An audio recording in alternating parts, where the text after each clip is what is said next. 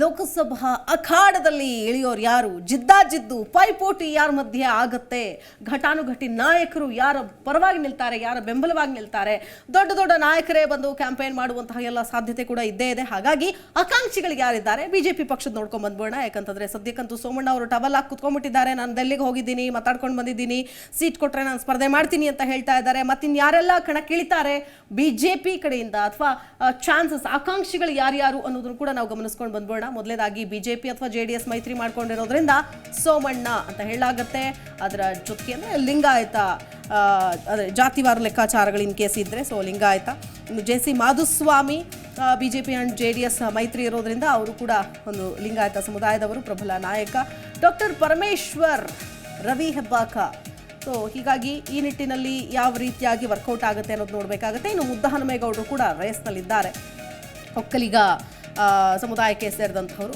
SP Chidanand BJP ಮತ್ತು JDSನ ಅಭ್ಯರ್ಥಿ ಆಗಬಹುದು. ಅಹಿಂದ ವರ್ಗಕ್ಕೆ ಸೇರಿದಂತಹ ಒಬ್ಬ ನಾಯಕ ಅನ್ನೋದನ್ನ ನಾವು ಗಮನಿಸಬೇಕಾಗುತ್ತೆ. ನೋಡಿ, ಲಿಂಗಾಯತ ಸಮುದಾಯಕ್ಕೆ ಬಿಜೆಪಿ ಮಣೆ ಹಾಕೋ ಸಾಧ್ಯತೆ ಇತ್ತು. ಮಾಜಿ ಸಂಸದರಾದಂತಹ SP ಮುದ್ದಹನುಮೇಗೌಡ ಕಾಂಗ್ರೆಸ್ಗೆ ವಾಪಸ್ಸಾಗಿ ಅಭ್ಯರ್ಥಿ ಆಗೋ ಚಾನ್ಸಸ್ ಕೂಡ ಇದೆ ಅಂತ ಹೇಳಲಾಗುತ್ತೆ. ಸೊ ಹಾಗಾಗಿ ಏನಾಗತ್ತೆ, ಬಿಜೆಪಿಯವರು ಇಷ್ಟರಲ್ಲಿ ಅಳೆದು ತೂಗಿ ಯಾರಿಗೆ ಟಿಕೆಟ್ ಕೊಡ್ತಾರೆ ಅನ್ನೋದನ್ನ ನಾವು ಗಮನಿಸಬೇಕಾಗತ್ತೆ. ಹಾಗಾದ್ರೆ ಕಾಂಗ್ರೆಸ್ನಲ್ಲಿ ಯಾರಾಗಬಹುದು ಹುರಿಯಾಳು, ಲೋಕಸಭಾ ಚುನಾವಣೆಗೆ ಯಾರು ಕೊಡ್ತಾರೆ ಟಕ್ಕರ್ ಅನ್ನೋ ಪ್ರಶ್ನೆಗೆ ಉತ್ತರ, ಯಾರೆಲ್ಲ ರೇಸ್ನಲ್ಲಿದ್ದಾರೆ ಅನ್ನೋದನ್ನ ನೋಡ್ಕೊಂಡು ಬಂದ್ಬಿಡೋಣ. ಯಾಕಂತಂದ್ರೆ ಇನ್ನೂ ಕೂಡ ಯಾರನ್ನು ಘೋಷಣೆ ಮಾಡಿಲ್ಲ ಅಧಿಕೃತ ಅಭ್ಯರ್ಥಿ ಅಂತ.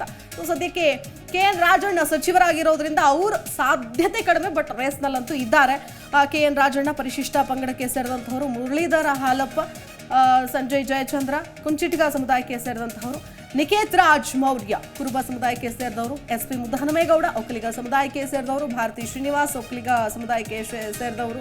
ಇನ್ನು DC ಗೌರಿಶಂಕರ್ ಅವ್ರಿಗೂ ಕೂಡ ಮಣೆ ಹಾಕ್ತಿದ್ದಾರೆ ಅಂತ ಹೇಳಲಾಗ್ತಾ ಇದೆ. ಯಾಕಂದ್ರೆ DK ಶಿವಕುಮಾರ್ ಅವರು ಇರಲಿ ಅಂತ ಮಾತನಾಡಿದ್ದಾರೆ ಅಂತ ಹೇಳಲಾಗ್ತಾ ಇದೆ.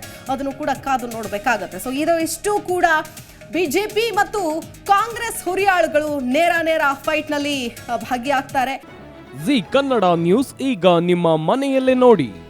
ಎಲ್ಲ ಕೇಬಲ್ಗಳಲ್ಲಿ ಈಗ ಲಭ್ಯ. Sun direct 292, Jio TV 1334, U digital 162, city cable 51, GTPL 17, Abhishek cables 821, rock line telecommunication 51, Shri Basaveshwara number 60, Vinayaka digital number 53, in digital number 896ರಲ್ಲಿ. ನಿಮ್ಮಿಸ್ತದ ಜಿ ಕನ್ನಡ ನ್ಯೂಸ್ ನೋಡಿ ಆನಂದಿಸಿ.